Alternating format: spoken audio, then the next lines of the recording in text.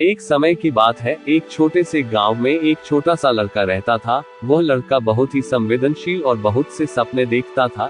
एक दिन उसे एक जादुई पुस्तक मिली, जिसमें जादू के बारे में बहुत सारी चमत्कारिक कहानियां लिखी थी।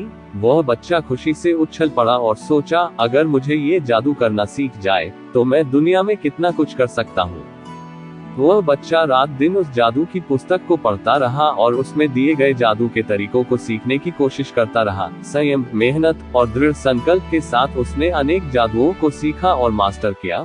उसके जीवन में कुछ ही समय में उस बच्चे ने एक अद्भुत शक्ति की प्राप्ति कर ली। बच्चा अपनी नई जादूगरी का उपयोग सिर्फ अपने और दूसरों के लाभ के लिए करना चाहता था। वह गाँव में रहने वाले गरीब बच्चों के लिए एक शिक्षा केंद्र स्थापित करने का निर्णय लिया। उसने उन बच्चों के लिए एक जादूगरी शिक्षा कार्यक्रम आयोजित किया, जहां वह उन्हें जादू के बारे में सिखाता और उनकी रुचि को बढ़ाता। बच्चे खुशी से जादू सीख रहे थे और उनके अद्भुत प्रदर्शनों ने गांव वालों को चमत्कृत कर दिया। बच्चे ने अपनी जादूगरी का उपयोग गरीबी, अशिक्षा और बेहतर जीवन की समस्याओं को हल करने के लिए किया। वह गरीब लोगों के लिए खाना और कपड़े वितरित करता, शिक्षा की सुविधा प्रदान करता और स्वच्छता के प्रयासों में सहयोग करता। वह अपनी जादूगरी का उपयोग करके लोगों को खुशी, आशा और समृद्धि की अनुभूति करवाता। बच्चा के समर्पण, मेहनत और सेवा के बाद उसकी जादूगरी खुद से बड़ी हो गई। उसके जादूगरी के कारण उसे विश्व सेवा प्रिय जादूगर की उपाधि से सम्मानित किया गया और उसे अंतर्राष्ट्रीय स्तर पर मान्यता मिली। बच्चा द्वारा सेवाभावी कार्यों के लिए प्रेरित करने के लिए विभिन्न देशों में यात्राएं आयोजित की गईं।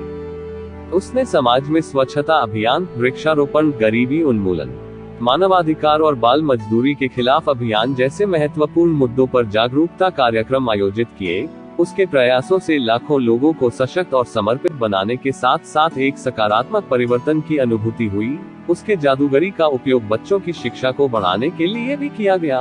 उसने विभिन्न ग्रामीण इलाकों में शिक्षा केंद्र स्थापित किए, जहां कमजोर बच्चों को मुफ्त शिक्षा की सुविधा प्रदान की गई। इससे गरीब परिवारों के बच्चे भी शिक्षा का लाभ उठा सके और अपने सपनों को पूरा करने के लिए तैयार हो।